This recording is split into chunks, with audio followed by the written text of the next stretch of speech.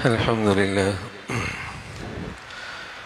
لله والصلاة والسلام على سيدنا محمد وعلى آله وأصحابه أجمعين.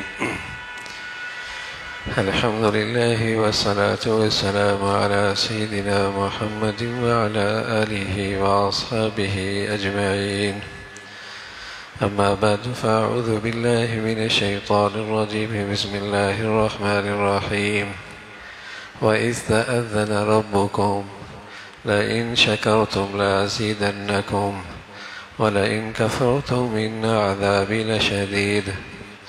وقال الله تعالى ما يفعل الله بعذابكم إن شكرتم وآمنتم وكان الله شاكرا عليما. صدق الله العظيم. اللهم صل على سيدنا محمد النبي الأمي وعلى آله وأصحابه وسلم. اللهم صل على سيدنا محمد النبي الأمي وعلى آله وأصحابه وسلم. میرے معزز مسلمان بزرگوں، عزیز بھائیوں، اللہ تعالیٰ کا ارشاد ہے کہ اللہ کریم نے تمہیں آگاہ کیا، وَإِذْ تَأَذَّنَ رَبُّكُمْ، تمہارے رب نے تمہیں آگاہ کیا ہے کہ لَإِن شَكَرْتُمْ لَأَزِيدَنَّكُمْ، شکر کرو گے تو میں تمہیں اور زیادہ دوں گا. وَإِذْ تَأَذَّنَ رَبُّكُمْ، اللہ تعالیٰ نے تمہیں آگاہ کیا ہے، تمہارے رب نے تمہیں آگاہ کیا ہے. لَإِن شَكَرْتُمْ لَأَزِيدَنَّكُمْ، شکر کرو گے تو اللہ تعالیٰ کہتے ہیں میں تمہیں اور دوں گا، اور زیادہ دوں گا. وَلَئِن كَفَرْتُمْ، اور اگر تم نے ناشکری کی، إِنَّ عَذَابِ لَشَدِيد، میری پکڑ، میرا عذاب بھی بڑا سخت ہے. مَا يَفْعَلُ اللَّهُ بِعَذَابِكُمْ إِن شَكَرْتُمْ، میں تمہیں عذاب کیوں دوں؟ فرمایا ما يفعل اللہ بعذابکم، اللہ تعالیٰ تمہیں عذاب کیوں دے؟ ان شکرتم وآمنتم، اگر تم شکر گزار ایمان والے بن جاؤ تو اللہ کہہ رہا ہے مجھے کیا پڑی تمہیں عذاب دوں. ما يفعل اللہ بعذابکم ان شکرتم وآمنتم، اللہ تعالیٰ تمہیں کیوں عذاب دے؟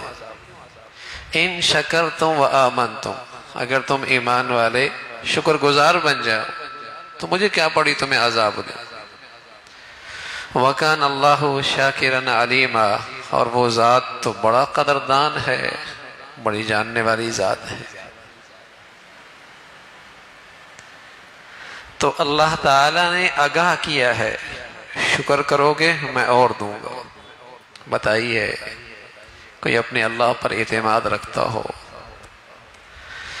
اور اللہ کو اللہ اور اس کو اپنی قدرت اور صفات کے ساتھ مانتا ہو تو اس کے نزدیک اس پیغام کی کتنی اہمیت ہے کہ اللہ تمہیں آگاہ کر رہا ہے کہ تمہیں پریشانی نہیں آئے گی، تمہیں تنگی نہیں آئے گی، تمہارے لیے نعمتوں کے دروازے کھلیں گے، تمہارے لیے آسانیوں کی شکلیں بنیں گی. تمہیں یہ اللہ تعالیٰ نے آگاہ کیا ہے. کوئی عام آدمی کا پیغام تو ہے نہیں کہ وہ دینا چاہے تو کوئی رکاوٹ ڈال دے، کچھ دینا چاہے تو مسائل کھڑا کر دے. یہ تو وہ ذات آگاہ کر رہی ہے، الا لہ الحکم، اس کا فیصلہ چلتا ہے.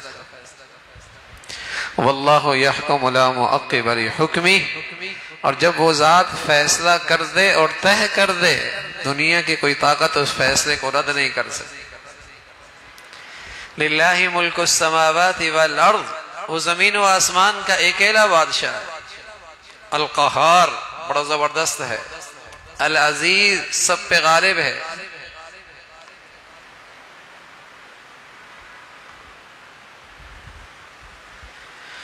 وَمَا بِكُم مِّن نِّعْمَةٍ فَمِنَ اللَّهِ، جو کچھ تمہیں ملا ہے اور ملے گا اس ذات کی طرف سے، کوئی اور نہیں دے سکتا. کوئی نہیں دے سکتا۔ جب وہ سوتے نعمتوں کے بند کر دے تو کھلوا کوئی نہیں سکتا، اور جب وہ کھول دے تو کوئی بند نہیں کر سکتا۔ اس ذات نے تمہیں ایک نسخہ دیا ہے اپنے خزانے سے لینے کا، اس ذات نے ایک نسخہ دیا ہے اپنے خزانے سے لینے کا، اور نسخہ بھی اتنا آسان ہے، سبحان اللہ۔ کوئی بھی کسی وقت بھی کسی گھڑی بھی یہ نسخہ اختیار کر سکتا ہے۔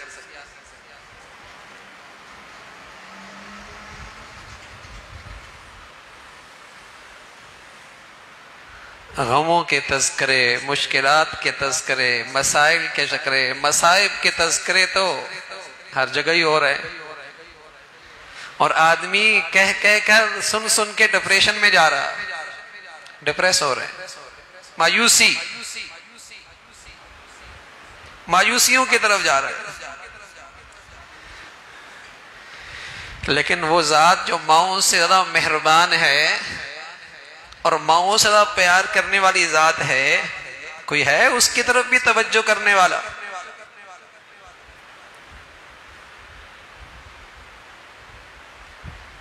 کوئی ہے اس ذات سے بھی رہنمائی اور محبت بھرے نسخے اور ہدایات لینے والا؟ وَإِذْ تَأَذَّنَ رَبُّكُمْ، تمہارے رب نے تمہیں آگاہ کیا ہے، لَإِن شَكَرْتُمْ لَأَزِيدَنَّكُمْ، شکر کرو گے میں اور زیادہ دوں گا، اور زیادہ دوں گا۔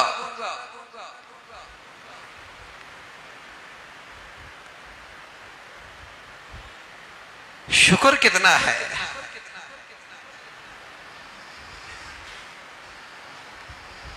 اللہ کی نعمتوں پہ شکر کتنا ہے؟ فرمایا کانت آمینہ مطمئنہ، بڑے امن سے رہ رہے تھے کہ باہر کے خطرات بھی کوئی نہیں، مطمئنہ، اندر بھی بڑا اطمینان۔ سبحان اللہ، یہ اللہ کا بڑا انعام ہوتا ہے کہ باہر بھی خطرہ نہ ہو اور اندر بھی بے سکونی نہ ہو، نہ اس کی جان کو خطرہ، نہ مال کو خطرہ، نہ عزت کو خطرہ، نہ آبرو کا خطرہ، کوئی خطرہ نہیں، امن اور مطمئن، اندر بھی کوئی چیز اسے بے چین نہیں کر رہی، پریشان نہیں کر رہی، مطمئن، سکون۔ فرمایا کانت آمنہ مطمئنہ، بڑے امن سے، بڑے اطمینان سے، یأتیہا رزقہا من کل مکان، ان کی ضروریات ہر طرف سے پوری ہو رہی تھی۔ یأتیہا رزقہا من کل مکان، ہر جگہ سے، مشرق، مغرب، شمال، جنوب، زمین، آسمان، سب ان پہ سخی تھا۔ آسمان سخاوت کا مینہ برسا رہا تھا، زمین سخاوت کے غلے اگا رہی تھی، ہر طرف امن اطمینان، یأتیہا رزقہا من کل مکان۔ ان سے کون سی ایسی بدعملی ہوئی کہ نہ باہر کا امن رہا اور نہ اندر کا سکون رہا؟ کون سی مصیبت ہو گئی؟ آج کی انسان کی کوتاہ نظری یہ ہے، کوتاہ نظری یہ ہے، کم علمی یہ ہے کہ وہ صرف ظاہری شکل کی صحیح اور خرابی کو دیکھتا ہے، پیچھے نہیں دیکھتا۔ حالانکہ عقل مندی یہ ہے کہ اگر لائٹ میں روشنی نہیں ہے تو پیچھے کوئی خرابی ہوگی، اگر روشنی ختم ہو گئی، ساری بند ہو گئی، کہیں پیچھے خرابی ہو گئی ہو، بجلی نہیں آ رہی، اور اگر یہ روشن ہو گیا تو ظاہر اس لائٹ کے اندر تو نہیں ہے روشنی، باہر سے آ رہی ہے، پیچھے سے آ رہی ہے۔ لیکن آج کے انسان کی کوتاہ نظری کیا ہے؟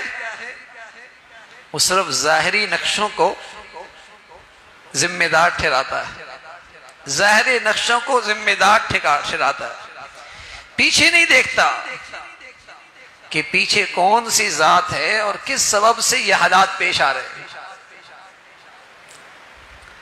اگر اولاد نافرمان ہے تو اس کے پیچھے بھی کوئی سبب ہوتا ہے. اگر حکام ظالم اور بددیانت ہیں تو اس کے پیچھے بھی کوئی سبب ہوتا ہے.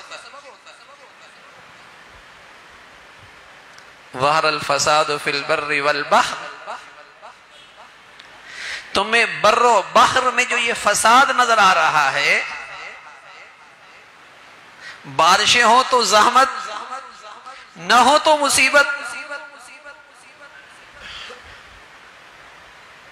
یہ جو ہر طرف فساد ہے، یہ صرف کیا، ہم تو یہ تھا نا موسمی حالات، دنیا میں موسم بدل رہے، ہم تو اس پہ اکتفا کرتے ہیں. دنیا میں موسم بدل رہے ہیں، اس لیے وہاں گرمی بڑھ گئی، یہاں بارشیں بڑھ گئی، بس اس حد تک سوچتے ہیں.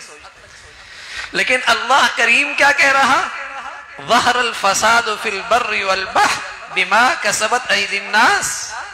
یہ اللہ کہہ رہے ہیں یہ سب کچھ فساد اس لیے ہو گیا کہ انسان کے عمل فسادی ہو گئے، انسان کے بدن سے نکلنے والے اعمال یہ اللہ کو ناراض کر رہے ہیں. اب اس پر نظر کسی کی نہیں جاتی، قطع نظری ہے نا، جہالت ہے اور بدترین جہالت ہے. وہ اس ظاہری سطح تک جا کے اسباب و وسائل تک جا کے رک جاتا ہے، اور اس کے پیچھے جو اللہ کا پیغام ہے اس پر توجہ نہیں. فرمایا امن بھی تھا، اطمینان بھی تھا، پھر بدامنی کیوں ہو گئی؟ اور ہر آدمی خوف کا شکار کیوں ہو گیا؟ پتہ نہیں کل کیا ہوگا، پتہ نہیں کل کیا ہوگا. ہر آدمی جو خوف زدہ ہے، فرمایا لباس الخوف، ہم نے انہیں خوف کا لباس پہنا دیا. سوتے اٹھتے گھر باہر ہر وقت ایک خوف میں ہیں، پتہ نہیں کل کیا ہوگا. قرآن کہتا ہے لباس الخوف، خوف کا لباس پہنا دیا. جیسے ہر آدمی انسان کی جسم پہ لباس ہوتا ہے، بدلتا رہتا ہے، گھر کا اور باہر کا اور دفتر کا اور شادی کا اور، لیکن لباس جسم پہ ہوتا ہے. ایسا ہی خوف اس کی جان نہیں چھوڑتا، نیندیں اڑی ہوئی ہیں، سکون ختم ہے. لباس الخوف والجوع، اور آج اسے بھوک اور معیشت پریشان کر رہی ہے، پریشان کر کے رکھ دیا. حالانکہ بڑے امن سے رہتے تھے، اطمینان سے رہتے تھے. تو اللہ کریم نے فرمایا کہ ان سے گناہ کیا ہوا؟ فَكَفَرَتْ بِأَنْعُمِ اللَّهِ فَكَفَرَتْ بِأَنْعُمِ اللَّهِ فَأَذَاقَهَا اللَّهُ لِبَاسَ الْجُوعِ وَالْخَوْفِ. انہوں نے اللہ کی نعمتوں کی بڑی ناشکری کی، نعمتوں کی بڑی ناشکری کی. جوانی دیکھیے، صحت دیکھیے، دولت دیکھیے، مال دیکھیے، خوشحالی دیکھیے، کتنے کھل کے ان میں اللہ کی نافرمانیاں کرتے ہیں. ہر نعمت میں کھل کر اللہ کو ناراض. ایسی احسان فراموشی، پھر انہیں نعمتوں میں لذت ملے، ایسا نہیں ہوتا. اور سب سے بڑھ کر فَكَفَرَتْ بِأَنْعُمِ اللَّهِ، جس نعمت کو اللہ نے بہت بڑی نعمت قرار دیا، وَأَتْمَمْتُ عَلَيْكُمْ نِعْمَتِي، میری عظیم الشان نعمت آج مکمل ہو گئی، جو سب سے بڑی نعمت ہے، جسے اللہ عظیم الشان نعمت قرار دے رہے. وَأَتْمَمْتُ عَلَيْكُمْ نِعْمَتِي، میری نعمت. یوں تو اللہ کی ہر نعمت ہے، لیکن خصوصیت کے ساتھ اس کے بارے میں فرمایا یہ اتنی عظیم الشان ہے کہ عظیم الشان رب خود کہہ رہا ہے یہ میری نعمت ہے. اور وہ نعمت کیا تھی؟ وہ نعمت اسلام تھی، وہ نعمت اسلام تھی، وہ نعمت اسلام تھی. ہونا تو یہ چاہیے تھا کہ اس مسلمان کو اس نعمت پہ فخر کرتا، اس نعمت کو اپنی لیے اعزاز سمجھتا اور دل و جان سے اس نعمت کی قدر کرتا. لیکن اب اس کے سامنے رنگ نسل ہے، وطن ہے، علاقے ہیں، برادری ہے، قوم ہے، ملک ہے، یہ نئے بت ہیں. اور مادیت سب سے بڑا بت ہے جس کی پوجا ہو رہی ہے، جس کے لیے ہر غلط کام جائز. نعمت اسلام کی نہ قدری ہوئی. وقال اننی من المسلمین. اللہ کو تو یہ پسند ہے کہ یہ اسلام پہ فخر کرتا کہ میرے لیے سب سے بڑا اعزاز، میری سب سے بڑی خوش نصیبی، میری سب سے بڑی سعادت کہ اللہ نے مجھے نعمت اسلام دے رکھا، اور دل و جان سے اس نعمت کی قدر کرتا. لیکن کتنی ناشکری ہے، قدر تو دور کی بات ہے، بدقسمتی ہے. سوچ یہاں تک جا پہنچی ہے کہ اسلام کو اپنی ترقی کے راستے میں رکاوٹ سمجھ، اسلام کو اپنی عزت کے راستے میں رکاوٹ سمجھتا، اسلام کو اپنی کامیابی کے راستے میں رکاوٹ سمجھتا. بتائیے اس سے بڑی ناقدری ہوگی؟ اللہ کہہ رہے ہیں فَكَفَرَتْ بِأَنْعُمِ اللَّهِ، جب تم میری نعمتوں کی ناشکری کرو گے سزا دوں گا. فَأَذَاقَهَا اللَّهُ لِبَاسَ الْجُوعِ وَالْخَوْفِ، تمہیں خوف اور بھوک کا لباس پہنا دوں گا. نہ انفرادی سطح پہ اسلام کو آج وہ عزت ہے، اور نہ قومی سطح پہ اسلامی معاشرہ قابل قبول ہے. بے حیائی، فحاشی، گندگی، سودخوری، حرام کاری، اس میں فخر ہے.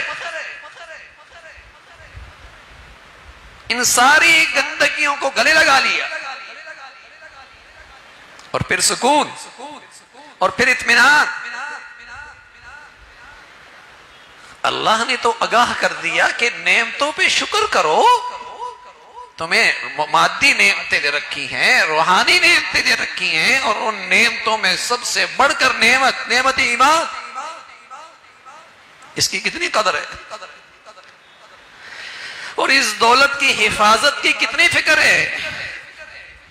مسلمان تو کہا کرتے تھے اس نعمت کے قدردانی کرتی ہوئی اعزنا اللہ بالاسلام، ہماری عزت تو ہے ہی اسلام کے بدولت، ہماری عزت تو ہے ہی اسلام کی بدولت. وہ تو اس نعمت کی خاطر ایک انچ بھی اس سے دستبردار ہونے کے لیے تیار نہ تھے، پھر اسلام نے انہیں عزت دی. ہم نے تو قومیت کی خاطر، برادری کی خاطر، عہدوں کی خاطر، دولت کی خاطر، مادیت کی خاطر ہر جگہ ہی اسلام کو زندگیوں سے نکال رکھا. اس نعمت کی نقدری فَكَفَرَتْ بِأَنْعُمِ اللَّهِ. تو اللہ تو آگاہ کر رہے ہیں شکر کرو، کہیں تنگی نہیں آئے گی، کہیں تنگی نہیں آئے گی. شکر کرو، میری عطا کردہ نعمتوں کی قدر کرو، کہیں تنگی نہیں آئے گی. یہ اللہ کا ارشاد ہے، اللہ کا اعلان ہے، اور اللہ کے کلام میں یہ اللہ کا پیغام ہے. شکر کرو. نہ نعمت اسلام کی قدر، نہ نعمت پاکستان کی قدر، اور نہ اللہ کی دی ہوئی نعمتوں میں اللہ کی اطاعت اور فرما برداری، کھل کر اللہ کی نافرمانی. یہ احسان فراموشی ہے، یہ احسان فراموشی ہے. پھر سزا تو آئے گی، پھر تنبیہ تو آئے گی. اور کوئی خوش نصیب آدمی اپنی زندگی کی حد تک بھی، اپنی زندگی کی حد تک بھی جہاں اس کی زندگی اس پہ فرائض ہے، اولاد، ماتا ہے، گھر، کاروبار، جو اس کا دائرہ کار ہے، وہاں بھی اگر اس نعمت کی قدر کرے گا، واللہ العظیم اللہ اسے اسلام کی برکتیں دکھائے گا، اپنی مدد اور نصرت دکھائے گا. اس کا کلیجہ ٹھنڈا رہے گا، اندر سکون رہے گا، ہر وقت مطمئن رہے گا. لیکن اگر صرف اپنی ذات میں دینداری اور گھر کی چار دیواری میں کھلی اللہ کی نافرمانی، سکون نہیں رہے گا.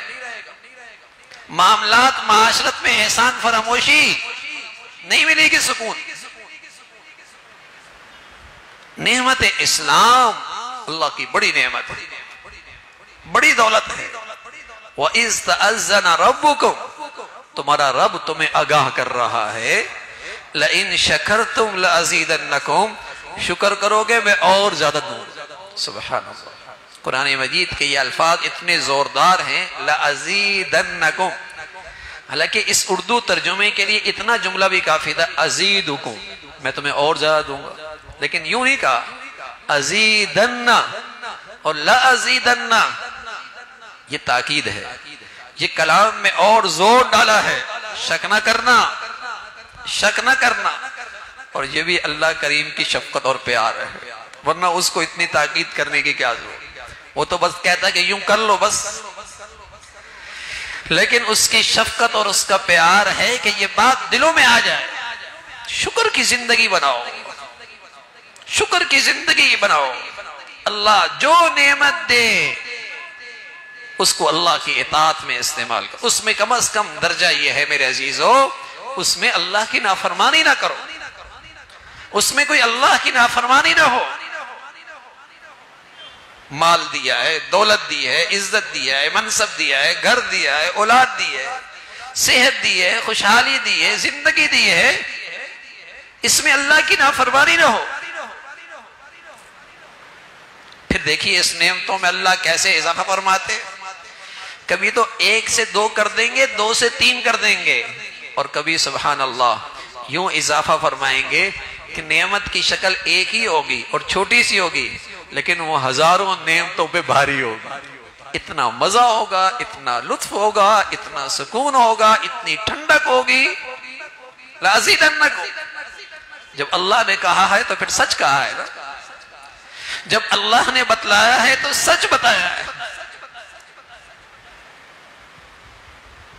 جب بھی کوئی مشکل آئے، تکلیف آئے، غم آئے، رکاوٹ آئے، اللہ کی نعمتوں کو سوچو اور ان نعمتوں پہ اللہ کا شکر کرو. زبان سے بھی، دل سے بھی، عمل سے بھی. اللہ راستہ نکالے گا، اللہ راستہ نکالے گا. اللہ اس مشکلات سے، پریشانی سے راستہ نکالے گا. اللہ رب العزت شکر گزاری والی، فرما برداری والی زندگی نصیب فرمائے. وآخر دعوانا الحمدللہ رب العالمین.